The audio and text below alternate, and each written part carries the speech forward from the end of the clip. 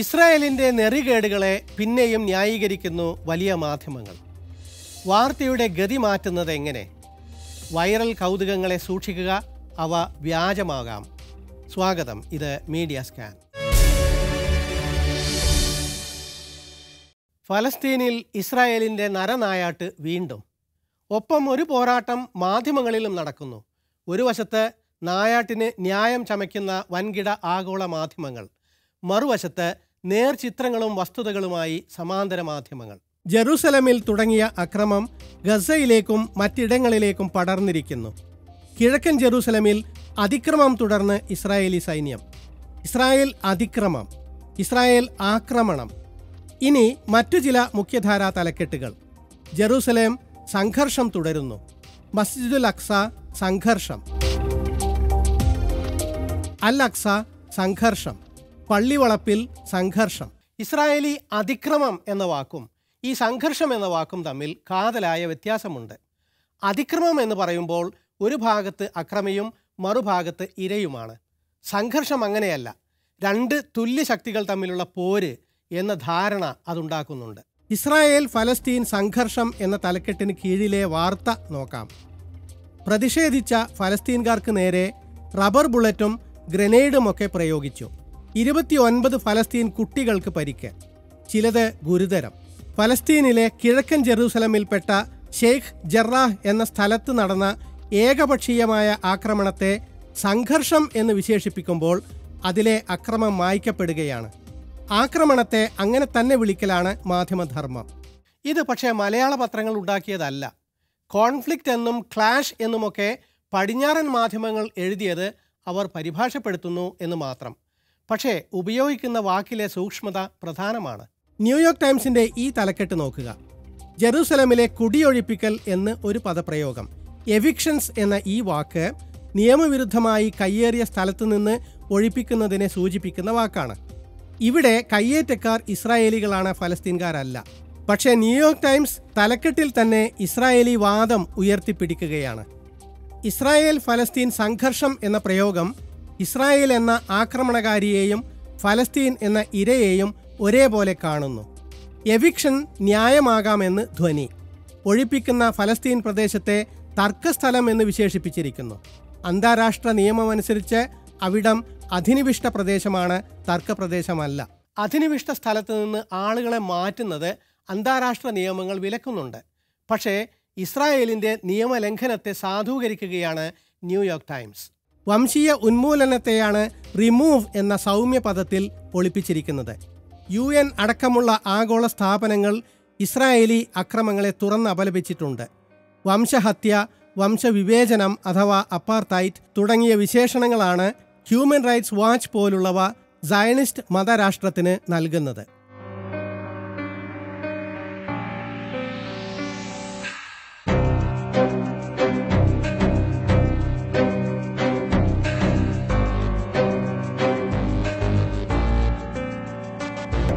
ജൂതരാജ്യം എന്ന സങ്കല്പത്തിനു വേണ്ടി ഫലസ്തീനികളെ സ്വന്തം വീടുകളിൽ നിന്ന് ആട്ടിയോടിക്കുന്നു.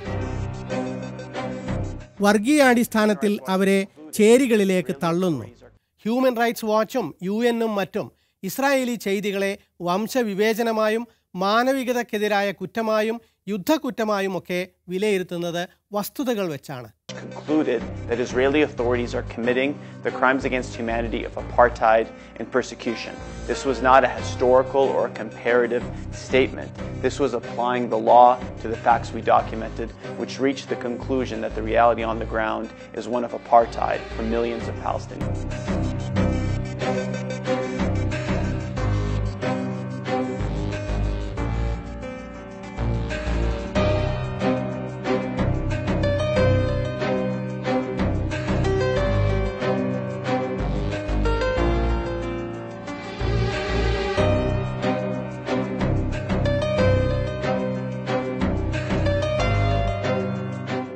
ഇസ്രായേലിലെ മനുഷ്യാവകാശ സംഘടനകളടക്കം അതിനെ അപ്പാർത്തൈറ്റ് ഭരണകൂടമെന്ന് സ്ഥിരീകരിച്ചിട്ടുണ്ട്.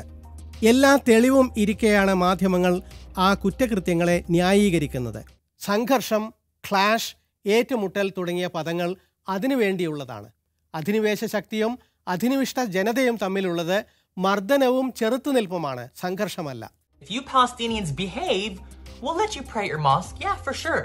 But if you act out, we're going to attack it and take it away from you. They've been using Al-Aqsa as a tool to suppress Palestinian rights since 1967 when they illegally took control over Al-Aqsa, East Jerusalem, and the Palestinian territories. So what does that have to do with Sheikh Jarrah? Sheikh Jarrah is a Palestinian neighborhood in occupied East Jerusalem that's supposed to be Palestinian land. But Israel is forcing Palestinians to leave their homes so that Israeli settlers is being attacked by Israeli police right now because of the protests at Sheikh Jarrah, to scare the Palestinians into not protesting. Number 5, how are Palestinians responding to the Al-Aqsa attacks? Remember I said Palestinians from the Palestinian territories aren't allowed to freely visit Al-Aqsa? വംശഹത്യ നയമാക്കിയ ഒരു രാജ്യത്തിന് മാധ്യമങ്ങൾ മാന്യത ചാർത്തിക്കൊടുക്കുന്നു.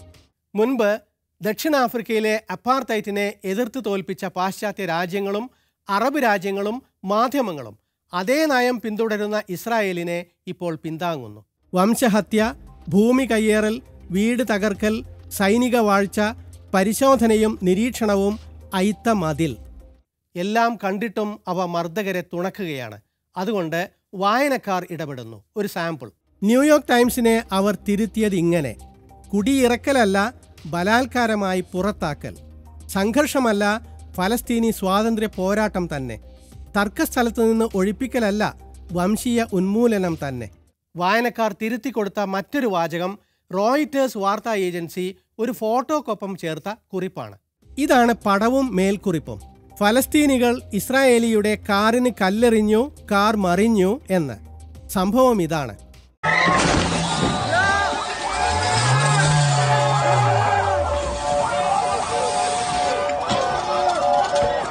സ്ഥലത്ത് പ്രതിഷേധിക്കുന്നവരുടെ ഇടയിലേക്ക് അവരുടെ സ്ഥലം പിടിച്ചെടുക്കാനെത്തിയ Israeli കുടിയേറ്റക്കാരൻ car ഓടിക്കുന്നു. അത് ഒരാളെ ഇടിക്കുന്നു, മറിയുന്നു. അവിടെ പിരിമുറുക്കമുണ്ടായിരുന്നു. കയ്യേറ്റക്കാരുടെ വാഹനങ്ങൾക്ക് നേരെ കല്ലെറിയുന്നുമുണ്ട്. അപ്പോഴാണ് കയ്യേറ്റക്കാരൻ ഇടിച്ചു കയറ്റുന്നത്. ഇടിയേറ്റയാൾക്ക് സാരമായ പരിക്ക്. ഇതിനെയാണ് റോയിറ്റേഴ്സ് വളച്ചൊടിച്ചത്. കല്ലേറ് കാരണം വണ്ടി നിലതെറ്റി മറിഞ്ഞെന്ന്. ഒരാളെ ഇടിച്ചു വീഴ്ത്തിയതിനെപ്പറ്റി മൗനം. അതുകൊണ്ട് ഫോട്ടോ കുറിപ്പിന് തിരുത്ത്: സയനിസ്റ്റ് കുടിയേറ്റക്കാരൻ ഫലസ്തീനികൾക്ക് നേരെ ഇടിച്ചു കയറി, വണ്ടി മറിഞ്ഞു എന്ന്. കൊല്ലപ്പെടുന്നവരെ കാണാത്ത മാധ്യമങ്ങൾ വെറുതെ കരയുന്ന കൊലയാളിയെ മാത്രം ശ്രദ്ധിക്കുന്നു. സത്യത്തെ തല തിരിച്ചു കാണിക്കുന്നു. അമേരിക്കയിൽ കറുത്ത വർഗ്ഗക്കാരനെ വെളുത്ത പോലീസുകാരൻ മുട്ടുകൊണ്ട് ഞെരിച്ചു കൊന്നത് വലിയ വാർത്തയായിരുന്നു. ഫലസ്തീനിൽ ഈ പീഡന രീതി പതിവ് സംഭവമാണെങ്കിലും ലോകമറിയുന്നില്ല. ഫലസ്തീനികളോട് പാശ്ചാത്യ മാധ്യമങ്ങൾക്ക് മറ്റൊരു സമീപനമാണ്. ഫലസ്തീനികൾ പൊരുതുന്നത് അധിനിവേശ ശക്തിയോടും വൻ രാഷ്ട്രങ്ങളുടെ വിവേചനത്തോടും മാത്രമല്ല, മുഖ്യധാരാ മാധ്യമങ്ങളുടെ വ്യാജോക്തികളോട് കൂടിയാണ്.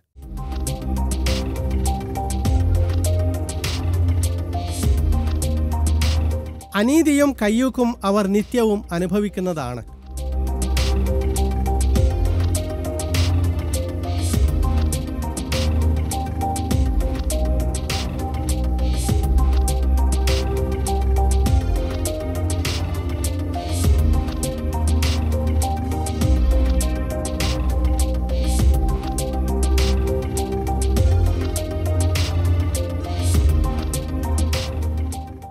എന്നിട്ടും ഒരിഞ്ച് പോലും വിട്ടുകൊടുക്കില്ലെന്ന നിലപാടിലാണ് അവർ.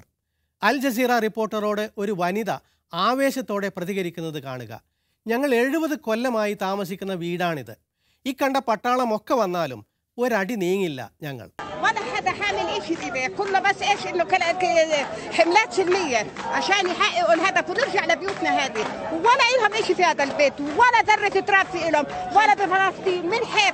ജെറൂസലേമിൽ, ഗസയിൽ, വെസ്റ്റ് ബാങ്കിൽ എല്ലാം കുട്ടികളും മുതിർന്നവരും ഒരുപോലെ ഭരണകൂട ഭീകരതയ്ക്ക് നേരെ കൈ ചൂണ്ടി സംസാരിക്കുന്നു. They're proud of themselves for killing children. They're proud of themselves for doing their unhuman work.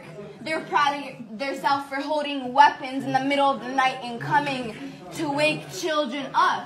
How do you go back to your house and sleep in the night just thinking that you're a terrorist person and you're just like killing children every day, arresting children every day.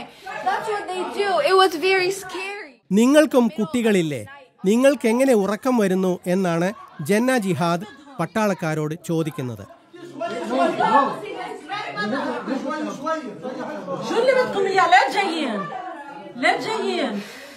Israeli കുടിയേറ്റക്കാർ വീടുകൾ കയ്യേറുന്നു. Israeli കോടതി അനുമതി നൽകുന്നു. Israeli ഭരണകൂടം പോലീസിനെ അയച്ച് കയ്യേറ്റക്കാരെ സഹായിക്കുന്നു. റമദാനിൽ ജെറൂസലമിലെ ഗേറ്റിൽ ഇസ്രായേലി പോലീസ് ബാരിക്കേഡ് വെച്ചതാണ് പ്രശ്നങ്ങളുടെ തുടക്കമെന്ന് ജോനതൻ കുക്ക് ചൂണ്ടിക്കാട്ടുന്നു. ഇതാ ഒരു കയ്യേറ്റക്കാരൻ. ഈ കുടിയേറ്റക്കാരനോട് വീട്ടുകാരി പറയുന്നു, നിങ്ങൾ എൻ്റെ വീട് മോഷ്ടിക്കുകയാണ്. അയാളുടെ മറുപടി, ഞാനല്ലെങ്കിൽ മറ്റൊരാൾ മോഷ്ടിക്കും. You are stealing my house. And if I don't steal it, someone else is going to steal it. No one is allowed to steal it, ya ammi.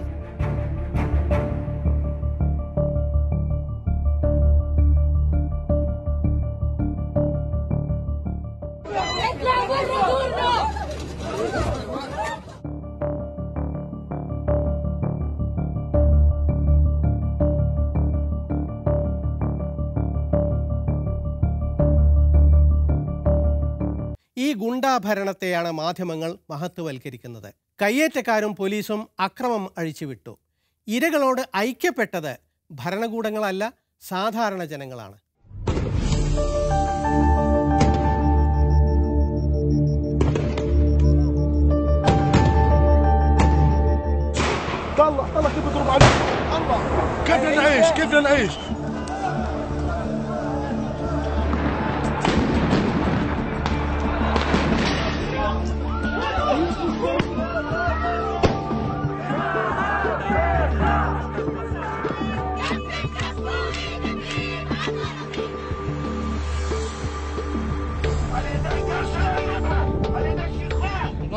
People's solidarity gave us the power to continue with our peaceful resistance. All that we are asking is peaceful solidarity against our eviction. അങ്ങനെ അടുത്തുള്ള അൽ അക്സ പള്ളിയിൽ പ്രാർത്ഥനയ്ക്കെത്തിയ 10,000 പ്രാർത്ഥനയ്ക്ക് ശേഷം അവിടെ തന്നെ നിന്ന് കുടിയിറക്കലിനെതിരെ പ്രതിഷേധമുയർത്തി.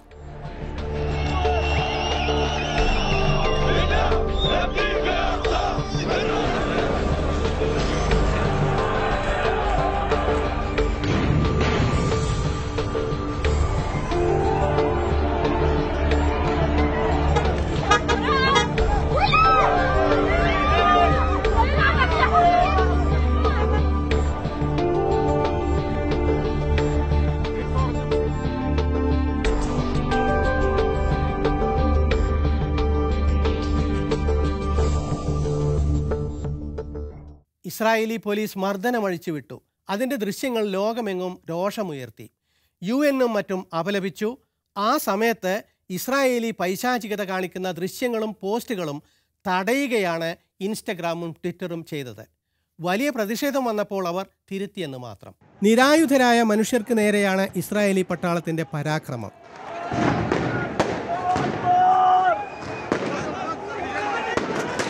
But again, Israel doesn't allow them to freely visit the mosque because they have control over East Jerusalem. So to try and stop the Palestinians from entering, Israel blocked all the highways coming from the West Bank, preventing all the buses filled with Palestinians from entering. But the joke's on them because the Palestinians don't care. They jumped off the bus and started walking to the mosque on the side of the highway. So then there's this huge march of Palestinians trying to bypass the Israeli checkpoints to get to Al-Aqsa. Then the Palestinians from Jerusalem who can freely visit all got in their cars and went and picked up those who were marching to take them to Al-Aqsa. അത് ജനങ്ങളുടെ നിശ്ചയദാർഢ്യം വർദ്ധിപ്പിച്ചതേയുള്ളൂ. 90,000 പേർ ചെറുത്തുനിൽപ്പ് പ്രതിജ്ഞയുമായി അവിടെ എത്തി.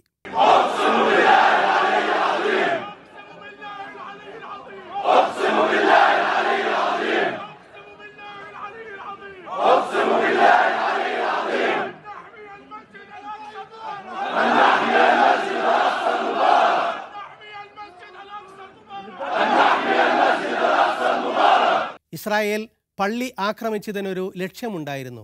ജെറൂസലേം പിടിച്ചെടുത്തതിൻ്റെ വാർഷിക ദിനത്തിൽ സയനിസ്റ്റുകൾക്ക് പതാകജാഥ നടത്താൻ സ്ഥലം ഒഴിപ്പിക്കണമായിരുന്നു. Israeli forces launched a surprise raid on Muslim worshippers at Al-Aqsa Mosque in Jerusalem. Police fired tear gas and stun grenades into the prayer halls and rubber-coated bullets at Palestinians in the courtyard from atop the surrounding rooftops.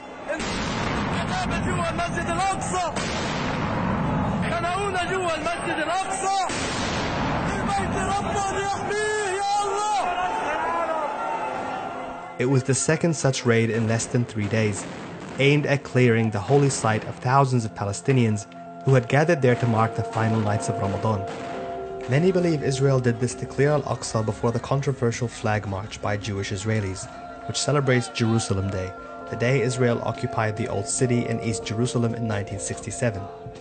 Palestinians view the march as a direct provocation.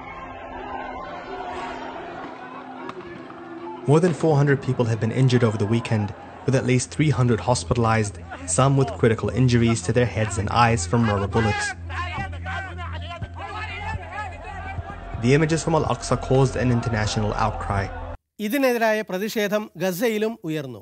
സന്ധ്യയോടെ police പള്ളി വിട്ടുപോയില്ലെങ്കിൽ rocket ആക്രമണം നടത്തും എന്നായി Hamas. അങ്ങനെ rocket ആക്രമണം നടന്നു. But its response was swift. It launched multiple airstrikes. അതിന് പ്രതികാരമായി ഗസയിൽ ഇസ്രായേലിന്റെ ബോംബാക്രമണം.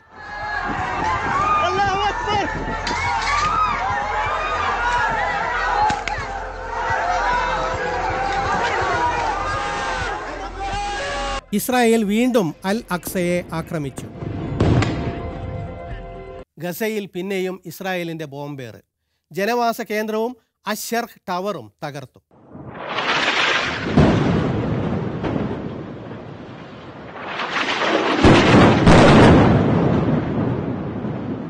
ഇതിന് പകരമായി ഗസ തൊടുത്ത റോക്കറ്റുകൾ ഇസ്രായേലിന്റെ പ്രതിരോധ സംവിധാനങ്ങളെ മറികടന്ന് ടെൽ അവീവിൽ പതിച്ചു. ഈ ചിത്രങ്ങൾ റോയിറ്റേഴ്സിൻ്റേത്. എല്ലാ ക്രൂരതയും ചെയ്യുന്ന ഇസ്രായേൽ അല്ല, പ്രതിരോധിക്കുന്ന ഫലസ്തീൻകാരാണ് ചില മാധ്യമങ്ങളുടെ കണ്ണിൽ കുറ്റക്കാർ. നേര് പറയാൻ ഇടമുള്ള സമൂഹ മാധ്യമങ്ങളിലും വിലക്കുകൾ വരുന്നു. സമാന്തര ബദൽ മാധ്യമങ്ങളും സത്യം വെളിപ്പെടുത്തുന്നുണ്ട്.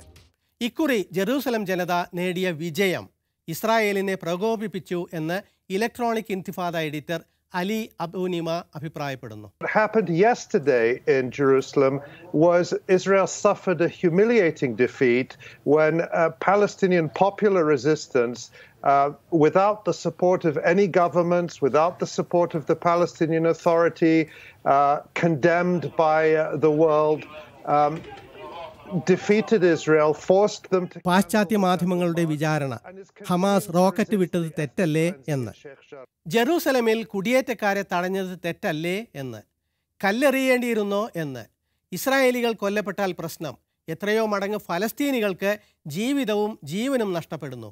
ഇത്തവണ ഒരാക്രമണത്തിൽ 24 മരണം, അതിൽ 9 കുട്ടികൾ. എല്ലാം വെറും കണക്ക് മാത്രം.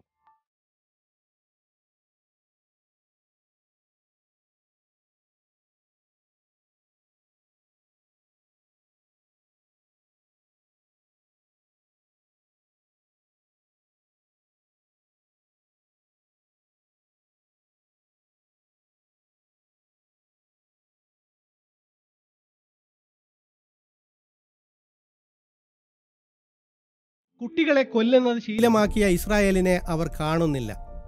അടുത്ത കാലത്ത് അവർ കൊന്ന കുട്ടികളിൽ ചിലർ, കൈക്കുഞ്ഞുങ്ങൾ വരെ. ഈ പട്ടിക ഇനിയും കുറേയുണ്ട്. പക്ഷേ ഇസ്രായേലിൻ്റെ പാതകങ്ങൾക്ക് മറപിടിക്കാനാണ് പൊതുമാധ്യമങ്ങൾക്ക് താൽപ്പര്യം. അവരാണ് അധിനിവേശ ഭീകരതയെ വെറും ഏറ്റുമുട്ടലാക്കുന്നത്. അസോസിയേറ്റഡ് പ്രസ്സും മറ്റും ഇരട്ടത്താപ്പ് കാണിക്കും. ഇൻസ്റ്റഗ്രാമും ട്വിറ്ററും കുറിപ്പുകൾ നീക്കും, പിന്നെ തിരുത്തേണ്ടി വന്നാലും. റോയിറ്റേഴ്സ് കാറിൻ്റെ പരാക്രമത്തെ വളച്ചൊടിക്കും, പിന്നീട് മറുവശം കൂടി പറഞ്ഞാലും. ഇത് അധിനിവേശത്തിൻ്റെ കഥ. അധിനിവേശം സൈനികം മാത്രമല്ല, മാധ്യമ തലത്തിലും അതുണ്ട്. ഒറ്റ കണ്ണുള്ള ഏതാനും മാധ്യമങ്ങളുടെ സ്വാധീനത്തിലാണ് ആഗോള മാധ്യമങ്ങൾ.